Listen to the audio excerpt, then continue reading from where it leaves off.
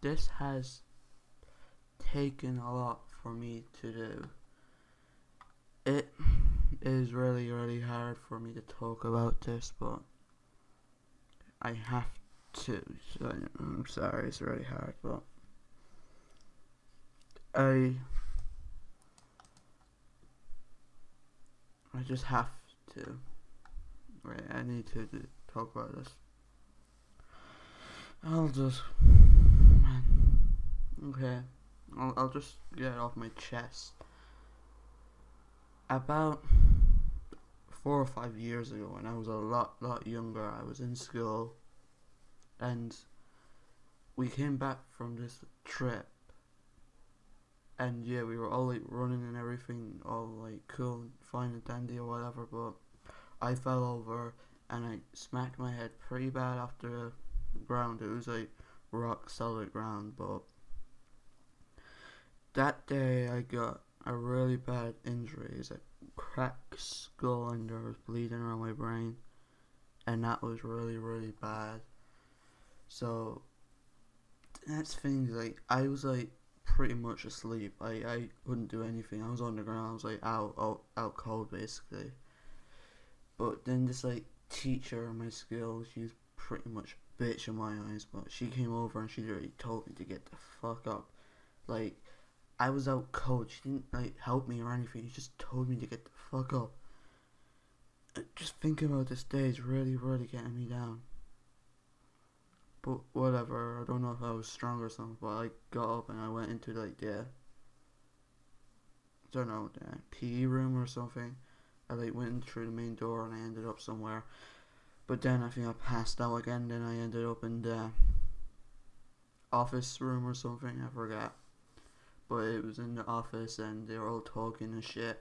Then I kind of came back and they were asking me if I was okay and shit and all that. But apparently it was like I was out cold for like an hour and they didn't do shit. They didn't do shit. But when I woke up, they were like, "Oh, are you okay?" Yeah. Then some other people were like, "Yeah, he's okay. Just bring him back." I was like, "What the fuck is wrong with you people? I'm like dying here. I couldn't like. I was like really, really dizzy at this point. I couldn't like pay attention to anything. I wanted to go to sleep and everything. And they were like, "Be okay. Just put him back in class and shit."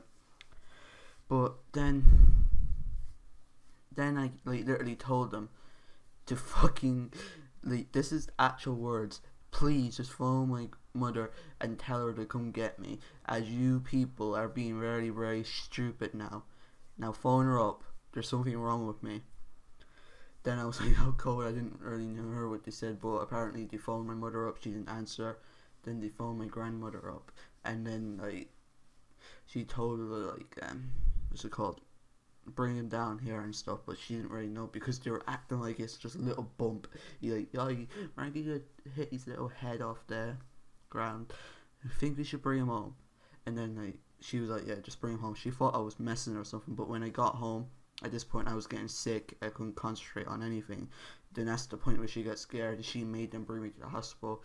Then when I got to the hospital, I like pretty much passed out completely. But we were like waiting in like a waiting room for a little bit. But apparently when I started to say stuff, she brought me in. But you may think this is really, really stupid, but I know what I saw that day. And when I was in that waiting room, I was like almost passing out asleep. But I saw this like man, like, I don't know, it was like, let me try to describe it. It was like a hallway with a door kind of thing. The door was open and there was this man standing there. But that man was my granddad and he died like years ago. I know it was him. I saw him and shit. I was like, what the fuck? Then I don't know why he was there. Like, it's like really hard, but I was like, whoa, what's going on? I just passed out again. Then like I didn't know what was happening. I thought I was like, going to die. Seriously, I thought I was like dead when I passed out or whatever. But you can all have your religions and stuff saying there is no afterlife. I don't, like, nothing wrong with that, but I know what I saw, and I saw him. I wasn't hallucinating or anything. I saw him. But yeah, on to the rest of the story. I passed out. I like was on this table thing, and they were like Frankie, Frankie and shit, and they had like this light bulb coming into my ear or whatever about my eyes and stuff, asking me questions and shit. But I was passed out, so I don't know what they did, but I can't remember it fully because I can't remember a lot that happened that day. But I ended up, next thing I know, I was like in the actual hospital bed. I don't know what they did, but the doctor came up and he was like, "Oh, he has a cracked skull and there's bleeding around the brain. If the bleeding doesn't stop, we're going to have to bring him to Temple Street because there is a big possibility that he could actually die with that bleeding." But hopefully, happily I didn't. She got like, my grandmother got very worried and stuff, and my mother was like crying and shit. But apparently I'm stronger than I think because about after like 2 hours, the bleeding stopped. They're actually pretty surprised that it stopped, to be honest, but it actually did stop, and it was pretty cool there on. It was like okay that the bleeding did stop, which is they probably still don't know how it did, but it did stop. And then I was there for a couple of days, but then they let me go home. But that's not even the worst part. It's the impact after it had on me. Like, think of this: 4 years later, I have loads of problems, like way worse problems than what happened that day. It left me a lot worse because as soon as I got home, I never went outside for months. I didn't go outside whatsoever, and I like developed the fear of actually talking to normal people, going outside. I'll get to that in a second, what it's called. But I could not go outside because I didn't want to, and I was scared. But talking to people was like the complete no. I'm not going to talk to anybody. But that got really bad. Like, I didn't go back to school, and I was indoors for like a year or two. This put on a lot of weight loss, a lot of weight gain. But yeah, that's pretty sad actually. But I was in home like for 2 long years or something without going out much at all. But that really sucked. But there was this doctor, she called Dr. Meany, and she came and like helped me and stuff. But she like got in contact with family support workers and stuff, and they kind of got me like more help. Really, they are helping me, and the family support worker brought me out. He somehow got me out, and that helped a lot actually. But it didn't help that much to say that I want to go talk to people, because I don't want to talk to people. But they then got in contact with something called Yap. I'll open that here now. There, this is Yap. This is like, they help people almost. They like come and help young people. Usually it's with social workers, but they made a special case for me. But there's this guy called Jack. I can't get a photo of him because he probably wasn't on it. But he came and like literally helped me out with this like company, basically, this organization. Sorry, I messed that word up, but they helped me.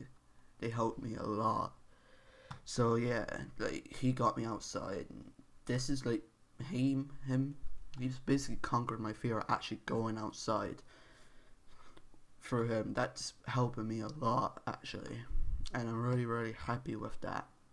Like, this has helped me so much. I'm so happy, and through him, I finally did something that I really, really want to do, and that's making YouTube videos. You might think it was not a big deal, but for me it is. For somebody who had a fear of talking to people for a long time, that just goes and makes YouTube videos out of the blue, that means I improved a lot, and I'm really, really happy that I actually did do this. But he helped me a lot, Yap helped me a lot, and I'm happy with that. But I still have a fear of talking to other people. I just can't, like, if some stranger or something, I won't talk. I just can't do it. I don't understand public speaking or anything. I'm out. I can't do it. But it's sad, but that's the truth. This thing, going outside. I've conquered that. I don't need that no more. But this talking, I can't. I just can't.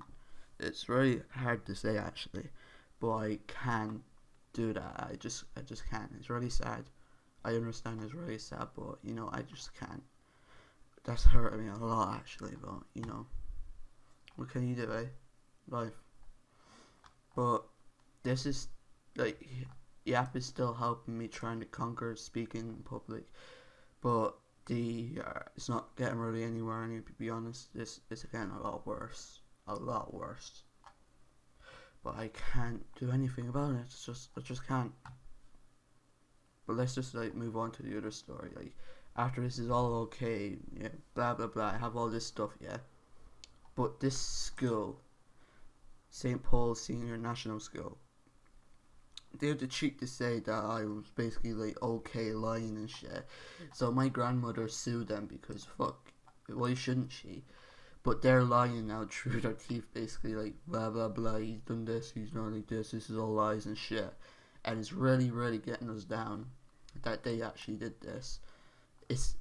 I love this school. I'm not gonna lie, I did love this school until my last year in this school, and then they did this, and it's like this school is completely turned me off them. After all the issues I have, this school lies. Like, what the fuck is wrong with them? And they supposed to help people, help kids like me, but no. The fucking assholes do this shit to me. Like, what's wrong with them? Like, come on, man. Like, that's just sad that they would do that. Like, why? I'm not getting money out of you, so why lie? Is it going to damage your reputation or something? I don't understand. It's like complete idiots, basically, that they would actually do this to somebody. But this is them, St. Paul's Senior National School. You can see them right there, that they actually did this to me.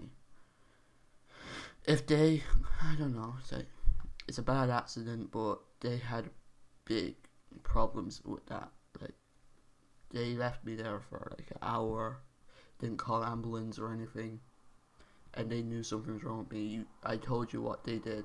I'm not going to go over that again, but that's what they did. Dirtbags in my opinion, but St. Paul's National School of Drogheda is basically there. So right now my position is, the Yap is helping me a lot, but it's kind of coming up to an end. I am probably not going to get another extension, even though they're telling me I probably won't. But you never know. If I don't get extension with this place, I don't know what's going to happen, basically. I don't know. It'd be really sad if I don't. But right now, I don't know. I just made this video to tell you about this, so I don't know. So I don't know where I want this video to go. I don't know. I don't know where it's going to go or anything, but you know, whatever, I guess. And there's another problem with my grammar and stuff. You guys have to understand, this happened to me at a young age, and I never went back to school after this, so my grammar may be shit just because of that. So I hate it when people like insult me over my grammar not being good or anything. That's just because of this. Like, something terrible happened to me and people are like behind me insulting me that my grammar is shit. Go back to school or something. I'm like, what's wrong with you? Like, it just pisses me off actually. But whatever. Whatever, I guess that's just people. But maybe if this like gets out there, they'll leave me alone. I don't know.